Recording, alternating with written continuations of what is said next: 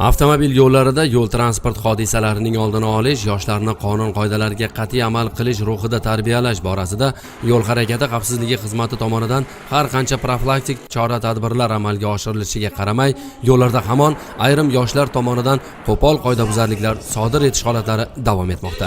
Surxondaryo viloyati yo'l harakati xavfsizligi xizmati mas'ul xodimlari ushbu haydovchilar va haydovchilik huquqiga ega bo'lmay transport boshqargan qoidabuzarlarni aniqlab, suhbat o'tkazdi.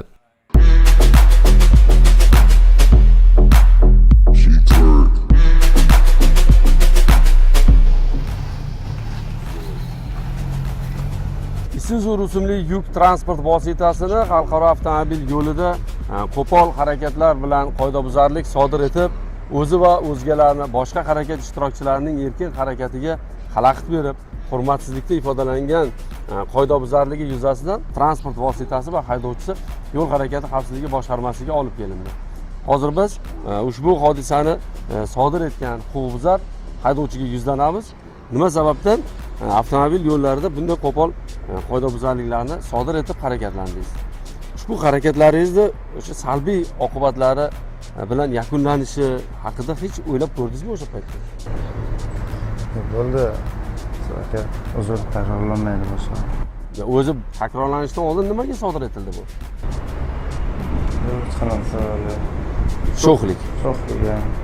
Mana hozir sizga nisbatan ma'muriy javobgarlik to'g'risidagi kodeksning 128-10 moddasi bilan ma'muriy bayonnoma rasmiylashtiramiz. Ya'ni yo'l bezorisi sifatida siz ma'muriy bayonnoma rasmiylashtiramiz. Endi sizda haydovchilik huquqi qolish-qolmasligi sud tomonidan hal etiladi-da. Haydovchilik huquqidan mahrum etilyapsiz. Nima xulosaga keldingiz? Mana o'zingiz qanaqa xulosaga keldingiz va sizga o'xshagan yosh haydovchilarga nima maslahatlar berasiz? Yo'q, unaqa takrorlash maslahat bermayman. Imkon bo'lsa boshqa takrorlanmaydi. O'zimda ham. Sizga nisbatan hozir ma'muriy bayonnoma rasmiylashtiraman, hurmatli haydovchi. Endi siz buni takrorlanmasligingiz aniq. Sababi haydovchilik huquqidan mahrum bo'lasiz.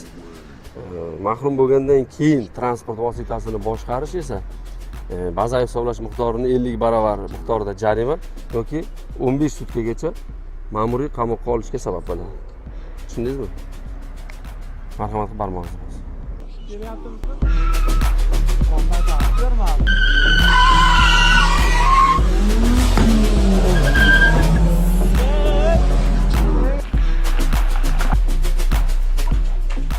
qarindoshim to'yida drift qildim. Bu ishimdan qattiq pushaymonman. O'zimni va o'zgalarning hayotiga xavf solganimdan juda qattiq pushaymonman. Mana hozir haydovchilik guvohnomasidan mahrum bo'lyapman. Bu kimga jabr? Bu faqat o'zimga jabr. Bu holat boshqa takrorlanmasligini boshqalardan ham so'rab qolaman. Faqat o'zini va o'zgalarni hayotiga xavf solmasdan, faqat qoidalarni buzmasdan, qoidalarga rioya qilishini iltimos qilib qolardim.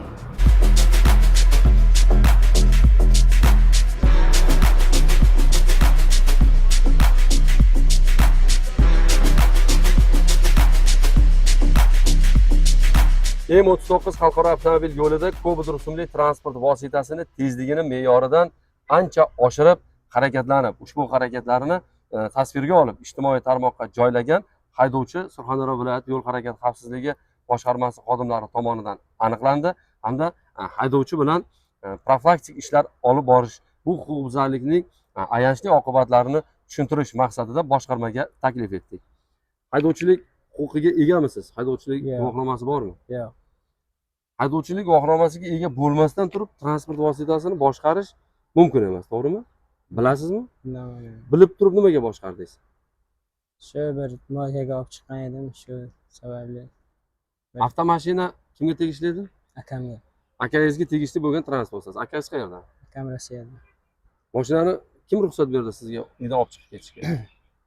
Ruxsat bergani yo'q, hech kim, o'zim shunday so'xshi bilan olib chiqqan. Uydan o'g'irlab olib chiqqansizda bunday olganda. Sizda haydovchilik guvohnomasi yo'q, to'g'rimi? Ha, bir moykaga olib chiqqan edim, shunga. Avtomashinani o'sha 194-195 km/soat tezlikda boshqarayotgan vaqtingizda avtomashina ichida kimi bor edi?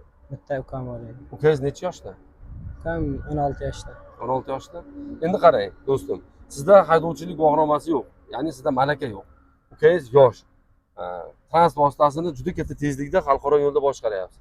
O'sha paytda bir avariya holati yuzaga kelsa yoki oldingizda nimadir yugurib chiqishi mumkin, xavfli burilishga kelib qolishingiz mumkin yoki tormoz tizimingizda umuman olganda malaka yetishmagandan keyin har qanday yo'ldagi ziddiyatlarga siz bardoshlilik tomoningiz yo'q. Yo'l transport hodisasi sodir bo'lishi mumkin, to'g'rimi? O'zingizni va ukangizning hayotini xavfga qoldirasiz. Qolgan haydovchilardan tashqari. Shu haqda o'ylab ko'rasizlarmi? O'ylab ko'rib nimaga boshqarasiz? Bola boshqa takrorlamaydi. Yo, bu takrorlanishdan oldin nimaga sodir etildi o'zi? Shu bilmasdan shunday qildim. Mana shu narsani ayanchli oqibatini bilmasmi deysiz? Yo'q, bilardim. Bilib turib qilyapsiz, to'g'rimi? Yana uni ijtimoiy tarmoqqa joylayapsiz. Mana men haydovchilik guvohnomasiga ega bo'lmaganman, lekin mana 190, 195, 200 km/soat tezlikda avtomobil yo'llarida boshqara olaman deb. To'g'rimi? Boshqa bir holat. O'sha huquqbuzarligingizni boshqa o'zizga o'xshagan haydovchilik huquqiga ega bo'lmaganlarga targ'ib qilib qo'yish emasmi? Boshqa man qaytarmaydi. Harakatingizdan xulosa chiqardingizmi? Chiqardim. Mana hozir sizni bir necha kundan beri transport vositasini boshqarganligingiz uchun mana ota-onangiz xabardor, to'g'rimi? Akangiz xabardor. Biz profilaktik ishlar amalga oshiryapmiz. Ular nima deyapsiz? Ular shu urib nima qilyapti?